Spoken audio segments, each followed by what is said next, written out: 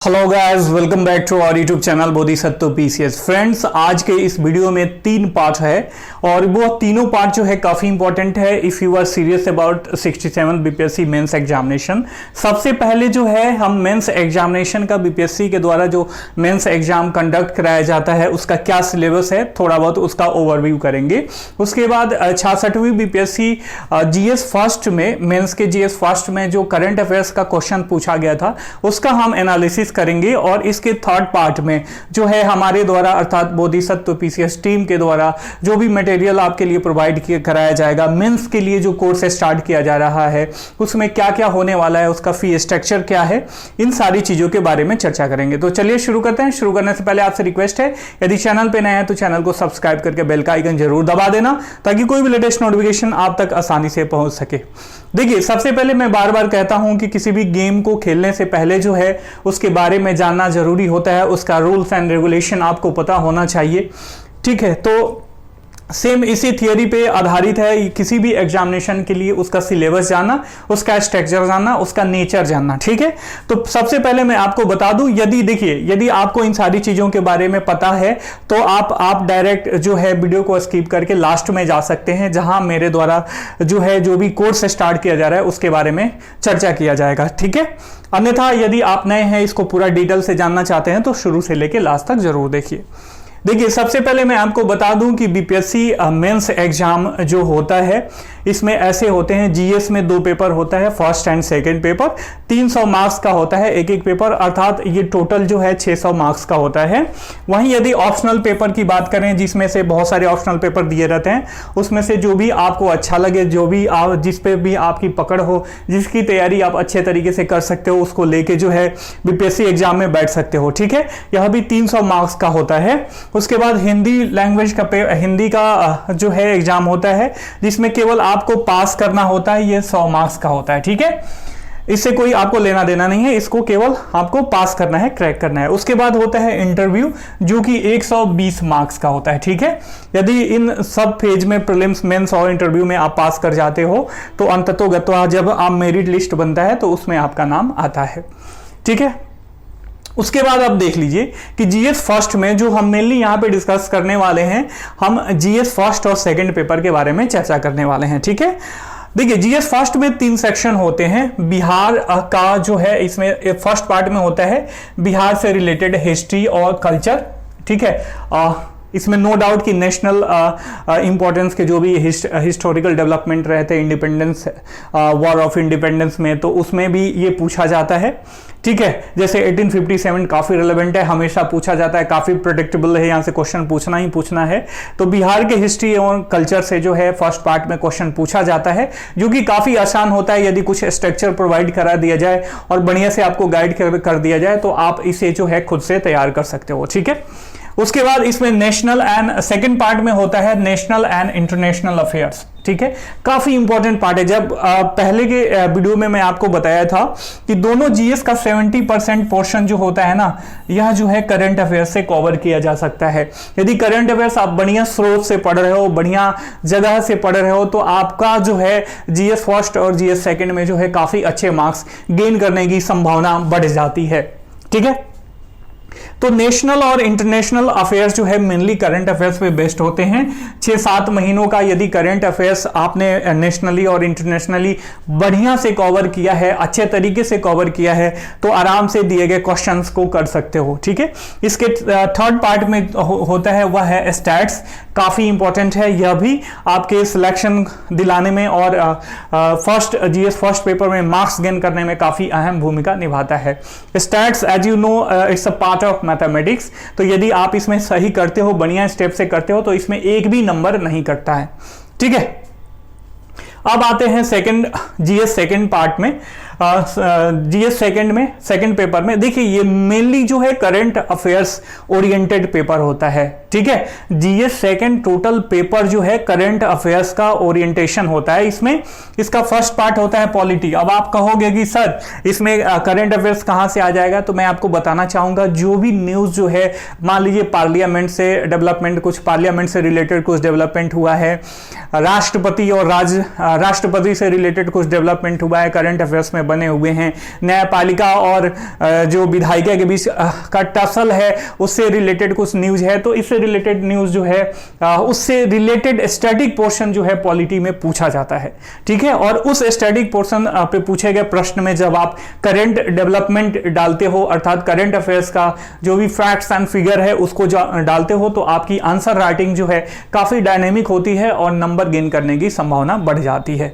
ठीक है, ये जनरल बुक जो है आप जैसे एनसीईआरटी वगैरह पढ़ के उतना कवर नहीं किया जा सकता है, इसके लिए आपको स्टैंडर्ड बुक फॉलो करना पड़ेगा, चाहे वह लक्ष्मीकांत करें या किसी अन्य बुक से करें। ठीक है, यदि आप मेरे से जुड़ोगे तो मैं मेनली जो है ये पब्लिक एडमिनिस्ट्रेशन में पूछा जाता है, पब्लिक एडमिनिस्ट्रेशन के सेकंड पार्ट में इंडियन पॉलिटी, इंडियन एडमिनिस्ट्रेशन, उससे रिलेटेड जो भी इंपॉर्टेंट टॉपिक है मैं उस बुक के थ्रू जो है इसको कवर करवा दूंगा। ठीक है, उसके बाद सेकंड पोर्शन जो होता है इसमें इकोनॉमिक्स एंड जियोग्राफी होता है, यह भी मेनली करंट अफेयर्स से रिलेटेड होता है।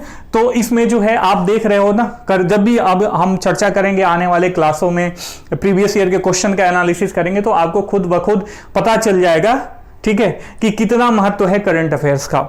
उसके बाद साइंस एंड टेक, ये टोटल करंट अफेयर्स पे डिपेंड होता है और ये करंट अफेयर्स आप नॉर्मल मैगजीन पढ़ के जो है कवर नहीं कर सकते हो। इसके लिए आपको standard newspaper like Indian express, the Hindu या पीआईबी आपको पढ़ना पड़ेगा। तो ऐसे स्रोतों से जब आप पढ़ोगे, या डाउन टू अर्थ मैगजीन आती है ज्योग्राफी से रिलेटेड, उसमें भी बहुत सारे साइंस एंड टेक से रिलेटेड जो डेवलपमेंट होते हैं उसमें दिए रहते हैं। ये सारे जो है मेरे द्वारा कवर कराए जाएंगे यदि हमारे द्वारा प्रोवाइड किए गए कोर्स से आप जुड़ोगे तब। ठीक है, तो हमने देख लिया जीएस फर्स्ट और जीएस सेकंड पार्ट में क्या क्या होता है। ठीक है, अब देखिए, अब हम करेंगे क्या, इसके वीडियो के सेकंड पार्ट में आते हैं और 66वीं बीपीएससी मेंस जीएस फर्स्ट में पूछे गए करंट अफेयर्स क्वेश्चन का एनालिसिस करते हैं, ताकि आपको पता चल जाए कि आप जो है अभी तक तैयारी करते आ रहे हो उससे कितना डिफरेंस है, मेंस के लिए पढ़ना कितना डिफरेंट है। ठीक है, तो इसमें 5-6 प्रश्न पूछे जाते हैं करंट अफेयर्स के। देखिए, पहला जो इसमें प्रश्न है वह कह रहा है कि जैव ईंधन स्टार डस्ट 1.0 के द्वारा संचालित विश्व में प्रथम व्यवहारिक रॉकेट को किस संगठन के द्वारा शुरू किया गया, विस्तार पूर्वक वर्णन करें। ठीक है, तो एज यू नो कि जब भी, यदि आपको पहले से पता होगा कि जब भी हम क्वेश्चंस को लिखते हैं तो पहले क्वेश्चन को तोड़ना आना चाहिए कि प्रश्न में क्या पूछ रहा है। तो जैव ईंधन स्टार डस्ट 1.0, तो इसमें जैव ईंधन स्टार डस्ट 1.0 के बारे में आपको पता होना चाहिए, किस संगठन के द्वारा जो है यह लॉन्च किया गया, शुरू किया गया, उसके बारे में पता होना चाहिए, और यह सब क्या है, इसका उद्देश्य क्या है और क्या आगे करना चाहिए, सबका जो है इसमें विस्तार पूर्वक आपको जो है वर्णन करना है। ठीक है, तो यह प्रश्न जो है, आप एक बात बताओ, आप मान लीजिए कोई भी मैगजीन पढ़ते हो जो जनरली बीपीएससी के लिए निकलती हैं, उसमें क्या होता है कि हाँ स्टार डस्ट ये है, इसके द्वारा लॉन्च किया गया, मान लीजिए अधिक से अधिक 10 लाइन 20 लाइन में दिया रहता है। ठीक है, और जब आप मेंस में बैठोगे लिखने के लिए, तो इतने बड़े प्रश्न को लिखने, नंबर गेन करने के लिए आपके साथ आपके पास जो है क्वालिटी भी होनी चाहिए और क्वांटिटी भी होनी चाहिए। थोड़ी सी क्वांटिटी भले ही कम हो, लेकिन क्वालिटी जो है काफी ज्यादा तगड़ी होनी चाहिए, तब जाके जो है आपके मेंस आंसर राइटिंग को जो है धार मिलता है और जो है वहां से नंबर गेन भी करते हो। तो आप नॉर्मली किसी भी, मैं इतना डैम श्योर कराना चाहूंगा कि कभी भी जब आप देखते हो ना, मेंस के प्रिपरेशन के नाम पे जो है बड़े बड़े संस्थाओं के द्वारा 20,000 30,000 रुपये जो है ले लिए जाते हैं बच्चों के द्वारा। ठीक है, नॉर्मली जो बच्चे जिन इकोनॉमिकली वीक सोसाइटी से आते हैं, वीक सेक्शन से आते हैं, वीक परिवार से आते हैं, वे जो है ये 20,000 30,000 रुपये जो है प्रोवाइड नहीं कर पाते हैं, नहीं दे पाते हैं, तो कहीं ना कहीं वो पिछड़ जाते हैं। और इसमें भी गारंटी नहीं है कि कोचिंग के द्वारा जो प्रोवाइड कराए गए चीज़ें होती हैं वो ऑलरेडी पहले से, माफ कीजिएगा, पहले से तैयार की गई रहती हैं। बहुत सारे कोचिंग मटेरियल्स को मैंने देखा है कि अपडेटेड नहीं होते हैं। ठीक है, उनका स्रोत कहाँ से क्या उठाया है, क्या किसके बारे में बता रहा है, कुछ पता नहीं चलता। ठीक है, तो इसमें जो है या तो आप एक खुद से मेहनत कीजिए, बहुत सारे स्रोतों से आप पढ़ के उसको एक्यूमुलेट कीजिए चीज़ों को, जो काफ़ी ज़्यादा टाइम टेकिंग प्रोसेस है, और या तो आप वैसे संस्था से जुड़िए या वैसे लोग से जुड़िए जो ऑलरेडी जो है मेहनत करके उसको एक्यूमुलेट करके और आपके साथ जो है क्वालिटी मटेरियल शेयर करते हैं। ठीक है, तो आपने देख लिया कि ये एक पहला प्रश्न था 66वीं बीपीएससी मेंस जीएस में पूछा गया करंट अफेयर्स का।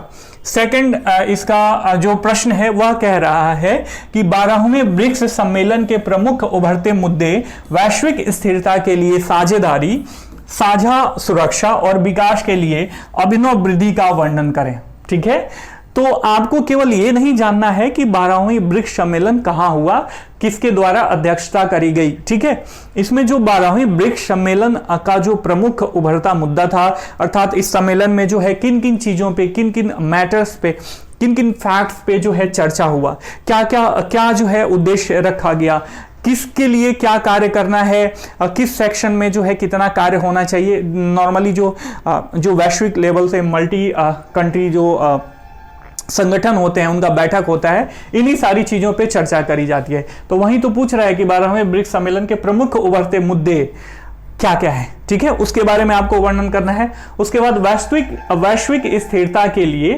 साझेदारी, साझा सुरक्षा और विकास के लिए जो भी अभिनव वृद्धि हुआ है ब्रिक्स सम्मेलन, 12वें ब्रिक्स सम्मेलन में, इन सब के बारे में आपको चर्चा करना है। तो अब देखिए, यहां पे किसी एक आप ये सोचो कि किसी एक मैगजीन में मिल जाए तो नहीं मिलता है। यहां पे रोल जो निभाती है वो निभाते हैं न्यूज़पेपर। ठीक है, न्यूज़पेपर पढ़ो या संसद टीवी पढ़ो, जो आरएस टीवी और लोकसभा टीवी थी सबका सबमर्ज करके अब मिला दिया गया, संसद टीवी बना दिया गया है। तो न्यूज़पेपर जब आप पढ़ोगे तो न्यूज़पेपर में जो है ना, मान लीजिए कि 12वें ब्रिक्स सम्मेलन की बैठक होने वाली है, ठीक है, तो या 13वें की हुई है, तो इसके बारे में जो है बैठक शुरू होने से एक सप्ताह पहले और एक सप्ताह बाद तक जो है कई सारे जो है एडिटोरियल भिन्न भिन्न अलग अलग लोगों के द्वारा, अलग अलग मेंटेलिटी, अलग अलग थॉट प्रोसेस रखने वाले लोगों के द्वारा जो है, अलग अलग फिलॉसफी रखने वाले लोगों के द्वारा लिखी जाती है। तो उससे क्या होता है, उससे आपको मल्टी डायमेंशनल अप्रोच मिलता है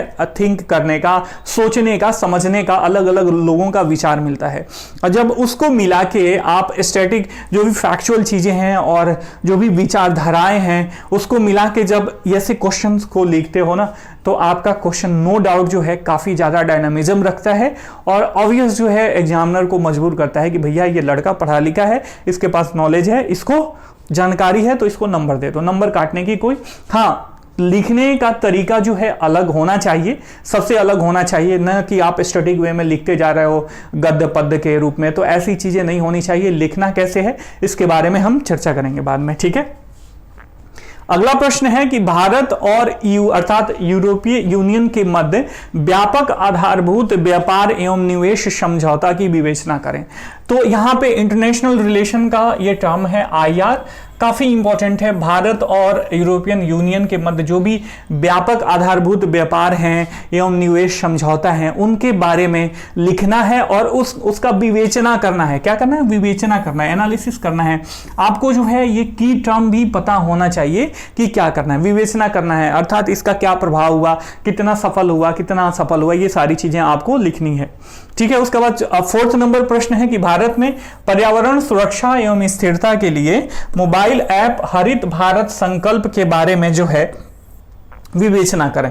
इसके बारे में भी आपको पता होना चाहिए कि भारत में पर्यावरण सुरक्षा और स्थिरता के लिए जो मोबाइल ऐप हरित भारत संकल्प डेवलप करा गया है, किसके द्वारा डेवलप करा गया है, इसका क्या क्या उद्देश्य है, क्या क्या कार्य प्रणाली है, किस लिए जो है यह डेवलप करा गया है, क्या क्या कार्य प्रणाली है और क्या इसके आउटकम्स हो सकते हैं, क्या और सुधार होना चाहिए, इस सब के बारे में जो है आपको किसी भी एक मैगजीन में नहीं मिलेगा। तो ये सारी चीजें जो है आप केवल और केवल न्यूज़पेपर मल्टी डायमेंशनल स्रोतों से पढ़ के जो है तैयार कर सकते हो।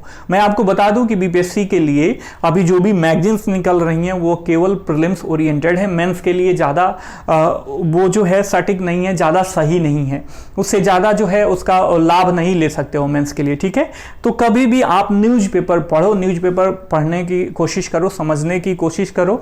जो संसद टीवी पे जो है किसी भी टॉपिक को लेकर चर्चा परिचर्चा होती है, उसको पढ़ने की, समझने की कोशिश करो, सुनने की कोशिश करो, उसके द्वारा शॉर्ट नोट्स बनाओ, तब जाके जो है आप मेंस के लिए जो है कैपेबल हो पाओगे। आप देख रहे होगे कि फाइनल जो रिजल्ट निकलता है, जो रिजल्ट होता है, उसमें बीटेक, एमटेक और एमबीए करे हुए बड़े बड़े संस्थाओं से बच्चे ही क्रैक कर पाते हैं। क्यों? क्योंकि उनको पढ़ने का तरीका पता है और वो जो है मल्टी डायमेंशनल स्रोतों से जो है काफ़ी इजी वे में पढ़ के और अपना मटेरियल एक्युमुलेट करके तैयार कर लेते हैं। ठीक है, अब आगे बढ़ते हैं। अगला जो है इसमें प्रश्न है कि भारत के विशेष संदर्भ में, ठीक है, कोविड-19 महामारी के फैलाव के बाद आत्मनिर्भर भारत रोजगार योजना के हाल के प्रमुख विशेषताओं एवं प्रावधानों का वर्णन करें। आपको पता होना चाहिए कि कोविड-19 के बाद जो है ये भारत रोजगार योजना को एक्सटेंड कर दिया गया 2022 के लिए। तो उसकी क्या क्या प्रमुख विशेषताएं हैं, क्या क्या फीचर्स हैं, क्या क्या क्वालिटी हैं और क्या क्या उसमें प्रावधान हैं, सबके बारे में जो है इसमें आपको चर्चा करनी है। तो ये सारी चीजें, ये मतलब केवल मैं 66वीं बीपीएससी का डाला हूं। आप किसी भी, मान लीजिए कि ये केबीसी नैनो हो गया या आपको क्रॉनिकल का भी आता है, किसी भी पब्लिकेशन का प्रीवियस ईयर के क्वेश्चन बुकलेट खरीद के मेंस का उसको एनालिसिस करना, ठीक है, तो आपको पता चल जाएगा कि आपको क्या करना है और आपकी तैयारी में जो है कितना धार है। अब बात आती है कि हमारे द्वारा जो कोर्स स्टार्ट किया जाएगा बीपीएससी मेंस के लिए, ठीक है, इसमें जो है स्पेशली करंट अफेयर्स के लिए जो है क्या क्या स्रोत होने वाली है। देखिए इसमें जो है मैं डेली रीडर हूं द हिंदू का और इंडियन एक्सप्रेस का। तो द हिंदू और इंडियन एक्सप्रेस एडिटोरियल, जो भी रिलेवेंट एडिटोरियल्स होंगे उनका शॉर्ट नोट्स आपको प्रोवाइड कराया जाएगा क्लास के साथ साथ। पहले इसमें जो है आपको वीडियो लेक्चर मिलेगा, उसके बाद आपको शॉर्ट नोट्स मिलेगा। ठीक है, शॉर्ट नोट्स इसलिए मिलेगा, पूरा नोट्स नहीं डिस्क्रिप्टिव दिया जाएगा, क्योंकि जो है आप वीडियो के थ्रू पूरा डिस्क्रिप्टिव समझोगे और शॉर्ट नोट्स प्रोवाइड कराया जाएगा ताकि उसको जो है आप अपने तरीके से लिख सको और समझ सको। ठीक है, ये बात हो गई। दूसरा, हम योजना और कुरुक्षेत्र मैगजीन को भी कवर करेंगे। इसमें जो भी रिलेवेंट टॉपिक है, एग्जामिनेशन के लिहाज से इंपॉर्टेंट है, सबको हम कवर करेंगे। नॉट एग्जामिनेशन के लिहाज से इंपॉर्टेंट है, पिछले 12 माह का, पूरे 1 साल का जो भी योजना और कुरुक्षेत्र होगा, जिस भी टॉपिक पे निकला होगा, उस मेन टॉपिक को हम कवर करेंगे। ठीक है, इसमें भी आपको वीडियो लेक्चर मिलेगा पहले और उसके बाद शॉर्ट नोट्स प्रोवाइड कराया जाएगा।